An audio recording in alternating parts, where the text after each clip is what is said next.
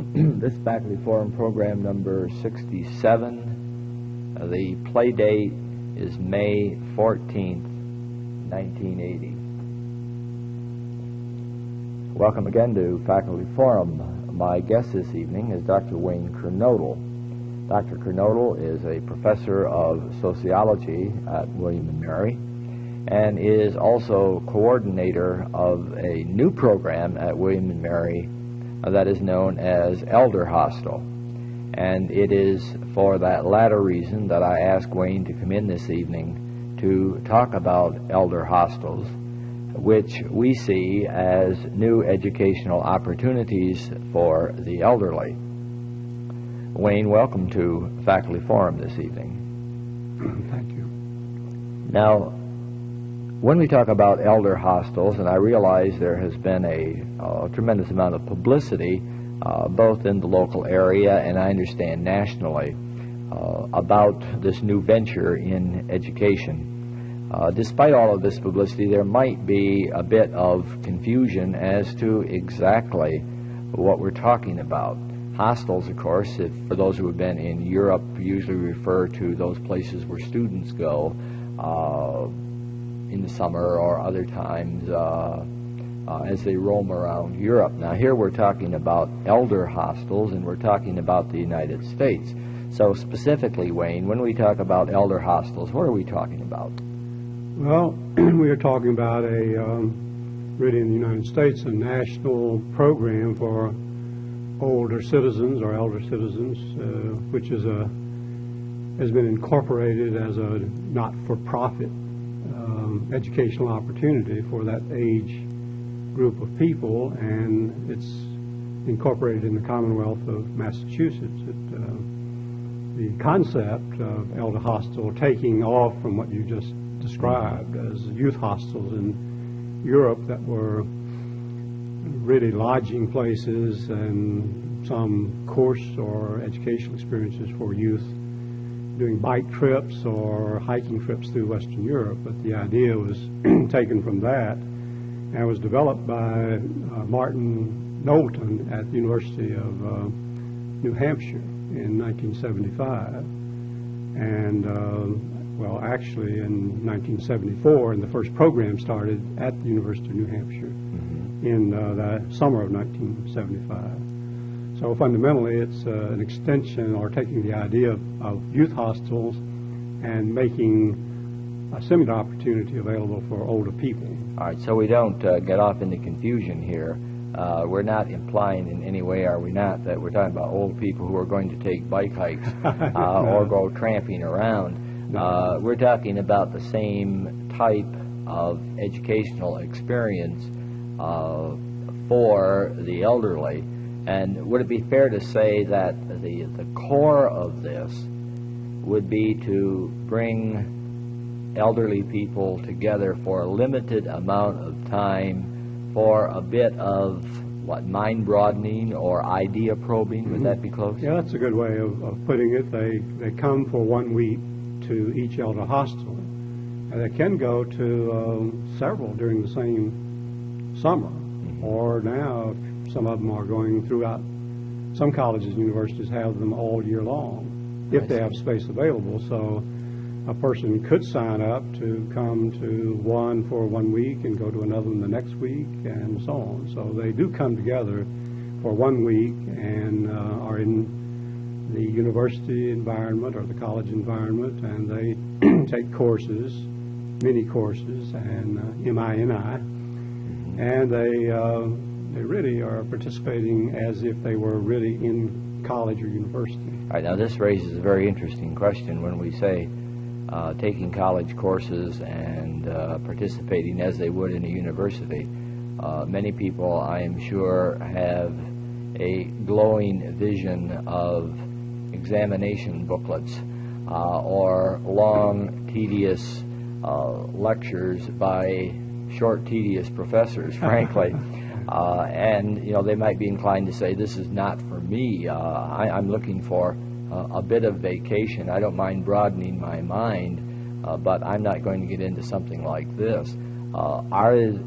Are there really tough academic requirements, or is this more of a case of exposure? No. It recognizes that these people are coming into an educational environment at a college. Many of them have had college degrees. As a matter of fact, quite a few will have had professional training and will have been professional people during their life. But the courses are organized so that they are not required to do any homework.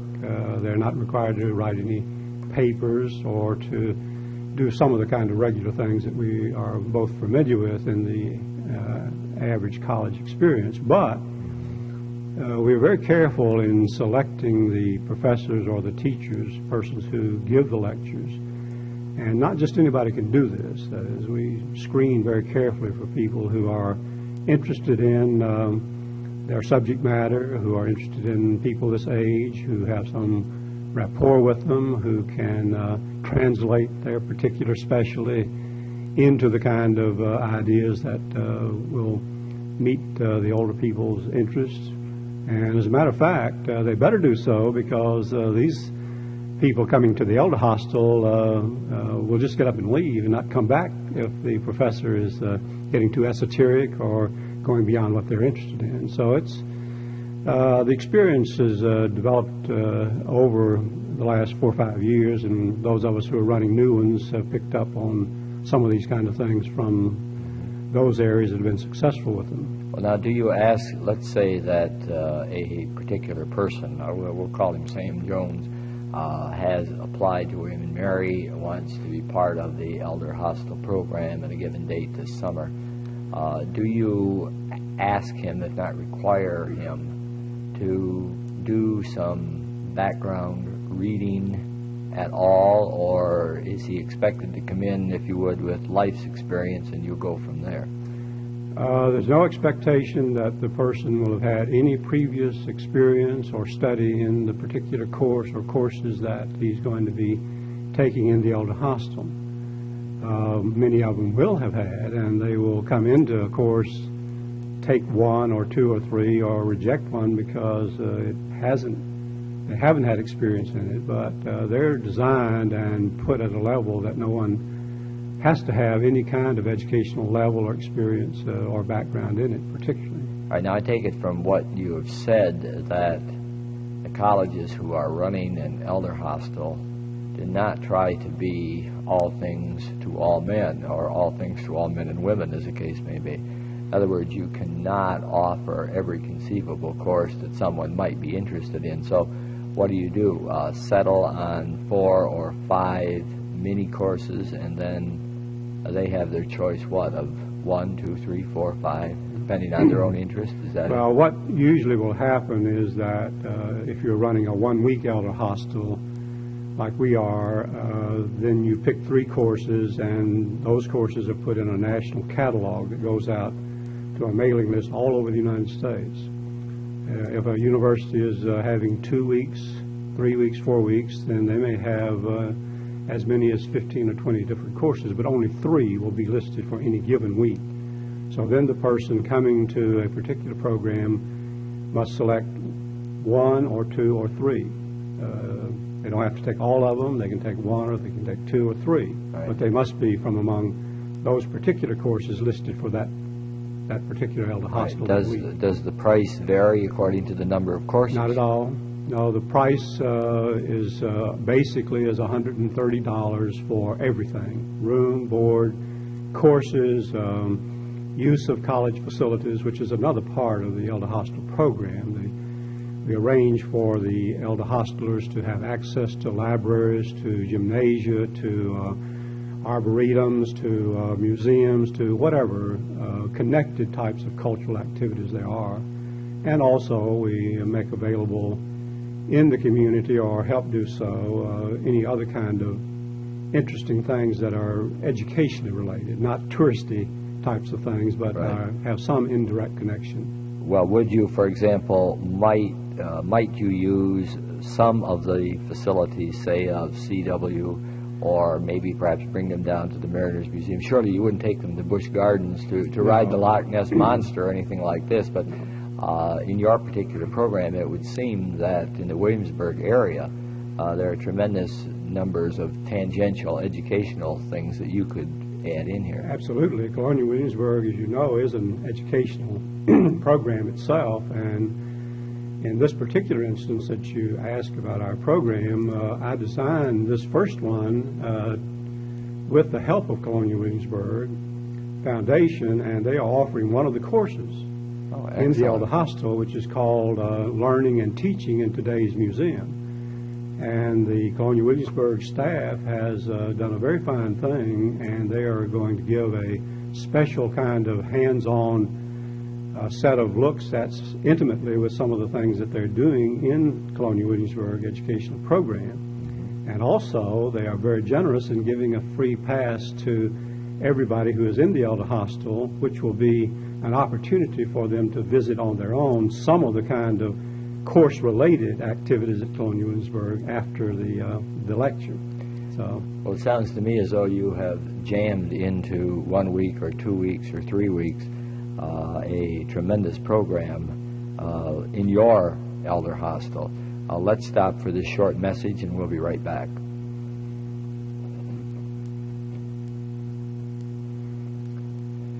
Good evening again. My guest is Dr. Wayne Kernodle, Professor of Sociology at William & Mary, and we're talking about the whole concept of elder hostels, and indirectly the elder hostel which will be held at William & Mary. Now, Wayne, I think we've covered rather well exactly what goes on at an elder hostel. What I would like to do now is become, if you would, a bit more philosophical. Namely, what is the idea behind this? Now, I realize that your field is gerontology. You're concerned about those who are in their 60s, 70s, or beyond. But for those who conceive this back at the University of New Hampshire, etc., what are they specifically trying to do, or what assumptions are they making as they set up this program?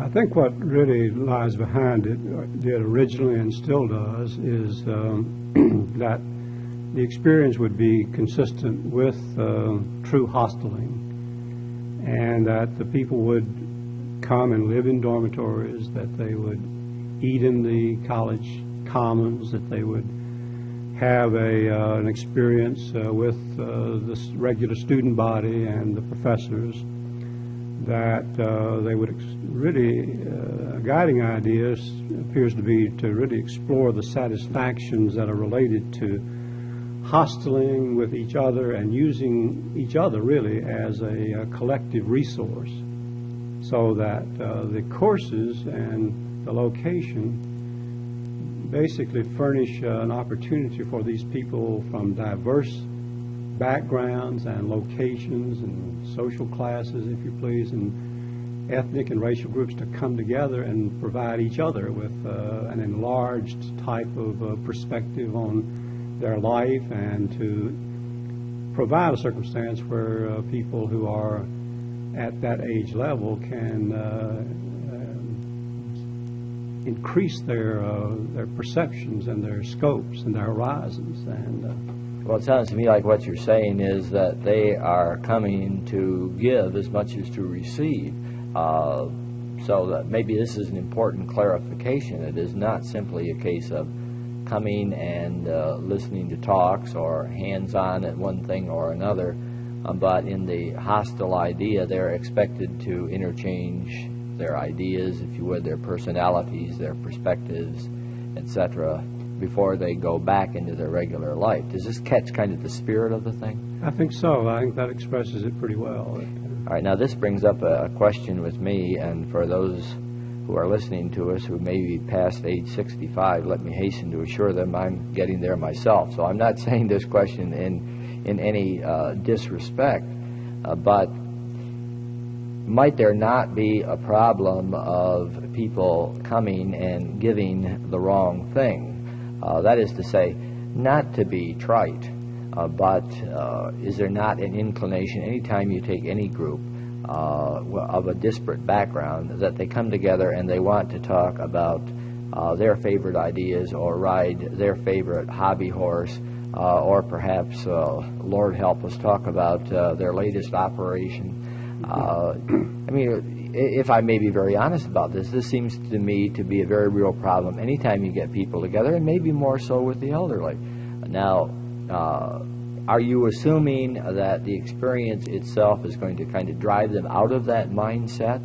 And if so, what if they won't come out? Is this a real problem or a figment of my imagination? Well, I have two reactions to that. First, I think part of what you're saying there is some of the myth about aging, and that actually older people are as diverse in their interests and capacities and gossiping interest and not gossiping interest as you and I or younger college students. So these particular people are coming because they are interested in education and exploring new horizons and perspectives.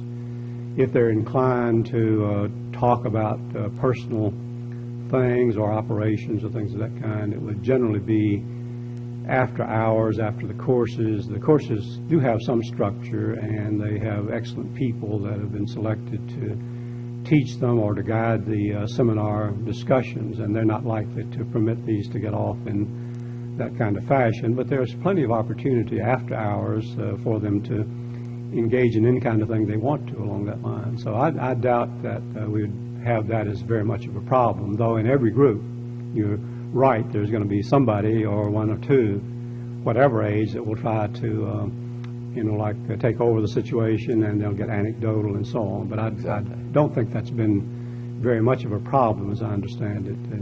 Well, do you think perhaps part of the key to it not being a problem is the fact that, number one, they select this type of program, and in order to, it would seem to me, travel a great number of miles, and secondly, put out at least a modest amount of money. People along this line are hardly be interested in coming in and talking about their problems. In other words, you're getting people who are pretty, I would think, highly motivated intellectually to begin with. Yeah, my guess is the people who are out there who have enrolled in elder hostels all over the country already have some interest in it, and between now and the time they go to their elder hostel, they will have read a good bit in journals, newspapers, looking at programs on TV and so on. So they'll come with a good bit of background. It might well be too, because we find this in the classroom all the time, that if someone is following things up, as professors, often we don't have to say anything. We'll let the students do it. If they're putting out money, they're not going to see their time blown straight out the window. Right. Yeah. Okay, very good. Now, you mentioned something a little bit earlier here that fascinates me as a faculty member. You said you have to use great care. I can appreciate this. I would think, for example, at first blush, that the last thing you would want would be a faculty member who would be condescending toward the elderly. But there must be other qualities that you look for, because it would seem to me in any educational situation, the professor is going to be the key. So what do you look for? What do people in elder hostels, the whole movement, look for when you say we're going to use Professor Smith rather than Professor Jones, for example? Well, I think we're looking for somebody who has an excellent demonstrated ability to communicate with students of any age. And there are people like that on every campus. They can talk about their subject matter. They can do it clearly. They also know how to illustrate it, to capture the imagination, to move it along, to grab the attention. You can almost see people beginning to sit on the edge of their seats and pick up their ears, and they almost look like they're ready to fire questions at them, and they don't, as you say, are not condescending to their audience.